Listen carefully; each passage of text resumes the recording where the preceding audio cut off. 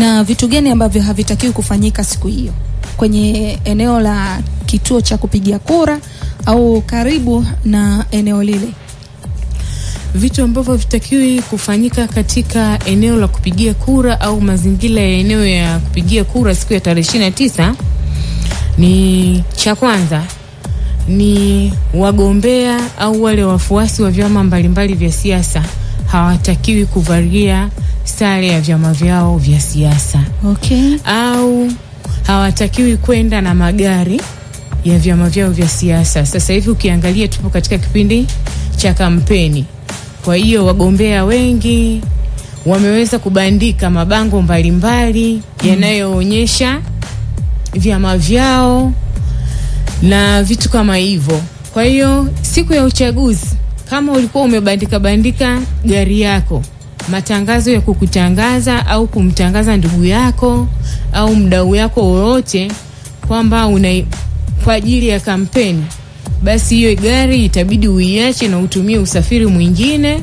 Lakini pia kwa habari ya nguo hazitakiwi. Okay. Nguo za vyama wala mabango yoyote yanayoonyesha ya kampeni siku hiyo hayatahitajika.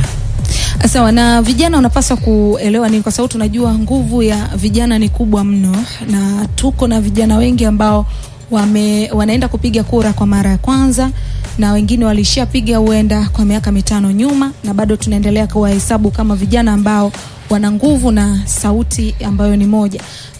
Vijana waelewe nini kuhusiana na nguvu yao ya kupiga kura katika kuleta maendeleo ya nchi?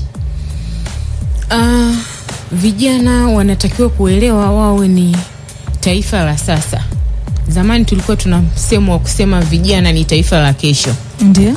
Lakini kutokana na mambo ya utandawazi, sasa hivi tunasema vijana ni taifa la sasa. Maamuzi yake kijana ambayo ataenda kuyafanya siku ya tarehe 29 ni matokeo yake ya miaka 5 ijayo. Ndio. Kwa hiyo na washauri vijana wawachague watu ambao ni sahihi, viongozi bora, kutokana na kampeni za wagombea mbalimbali ambazo wameshapita, wamezifanya. Ninaamini kabisa wameshapima, wameona kiongozi fulani anafaa kutuongoza katika kata yetu au katika jimbo letu. Ndio. Na endapo watawachagua viongozi ambao ni sahihi na bora, basi watakuwa wametimiza wajibu wao na haki ya kuweza kupata kiongozi bora katika kipindi cha miaka 5, kwa maana mtu mwenye uwezo wa kuweza kutatua changamoto zao katika ngazi ya jimbo au katika ngazi ya kata. Okay. Ndio. Bana, vijana mnapaswa kuweza kujitokeza kwa wingi kuweza kupiga kura, lakini pia mmekuwa ni watu ambao mnapaswa kuwa mstari wa mbele kuweza kuwahamasisha na wenzenu, lakini pia nafasi pia ya hao watu ambao tayari rika limeshasogea, tunawaita kama wazee wetu, namna ambavyo nao wanaweza kuwaelimisha vijana ambao huenda sasa hivi anaona kama kupiga kura ni jambo la kawaida. Nafasi ya wazee pia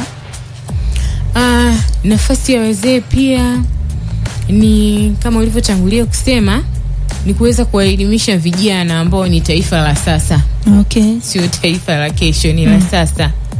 Mambo ya utandawazi sasa, zamani ilikuwa ili ugombee shughuli za kisiasa za kuchagua zilikuwa zimeachiwa watu wazima na watu wenye wa umri wa makamu. Ndiyo. Lakini sasa hivi wewe mwenyewe ni shahidi, pamoja na jamii yenyewe ni shahidi, inaona kuna viongozi vijana ambao wamegombea, lakini pia vijana wamehamasika sana katika nyakati hizi kwa ajili ya kwenda kuchagua na kuhamasishana wao kwa wao viongozi ambao wanawahitaji. Pia nitoe rai yangu kwa wazazi wenzangu wenye vijana wakubwa, waendelee kuwapa vijana wao elimu. Na vijana wa jimbo la Nyamagana pia wamepata elimu kupitia makongamano mbalimbali. Ndio. Ambayo ni makongamano ya vijana siku tofauti, miezi tofauti. Kama nilivyosema hapo awali, tumeanza programu hii ya kutoa elimu tangu mwezi wa 7. Ndio. Kwa hiyo tumekutana na makundi mbalimbali ya vijana, walemavu, wanawake, watu wote ambao wamefikisha umri kuanzia miaka 18 na kuendelea, na wale wote wenye sifa za kupiga kura, viongozi wa kidini. Okay. Sawa, na elimu gani kubwa ambayo mnaitoa kwa wale vijana ambao ndio mara ya kwanza kabisa kuweza kupiga kura? Yaani mwaka jana alipata kitambulisho cha mpiga kura na mwaka huu ndio mara ya kwanza kabisa anachagua kiongozi, au tunasema kwenye uchaguzi mkubwa yeye ndio kwa mara ya kwanza. Hajawahi kushiriki kwa sababu hakufikia kile kigezo cha umri. Elimu tunayoitoa kwa vijana, kwanza tulifanya zoezi la uandikishaji kwa awamu 2. Awamu ya kwanza tuliboresha mwaka jana, lakini na awamu ya pili tumeboresha mwaka huu. Kwa wale ambao mpaka mwaka jana tunaboresha lile daftari walikuwa hawajafikisha umri wa kujiandikisha, wamefika mwaka huu, basi mwaka huu pia tuliboresha kwa maana ya kuwaandikisha wale wapya na watu ambao wamehama kutoka sehemu moja kwenda nyingine, tuliboresha taarifa zao. Ndio. Na elimu ambayo tunawapa vijana kikubwa sana ni wapate fursa ya kuweza, kwanza wao wenyewe tuliwapa elimu washiriki. Ndio. Katika uchaguzi mkuu wajitokeze, waweze kugombea nafasi mbalimbali. Ndio. Nikitolea mfano katika jimbo la Nyamagana kwa kata ya Mabatini, yupo kijana ambao ni mdogo. Ndio. Ana umri wa miaka kati ya 28 mpaka 30. Okay. Mungu akimsaidia, akimjalia, nafikiri atakuwa ni kijana ambaye atakuwa ni diwani mdogo katika baraza. Okay. Lakini sio huyo tu, wapo vijana mbalimbali katika kata mbalimbali ambao wamejitokeza kuchukua fomu, kwanza kuwa na ule uthubutu.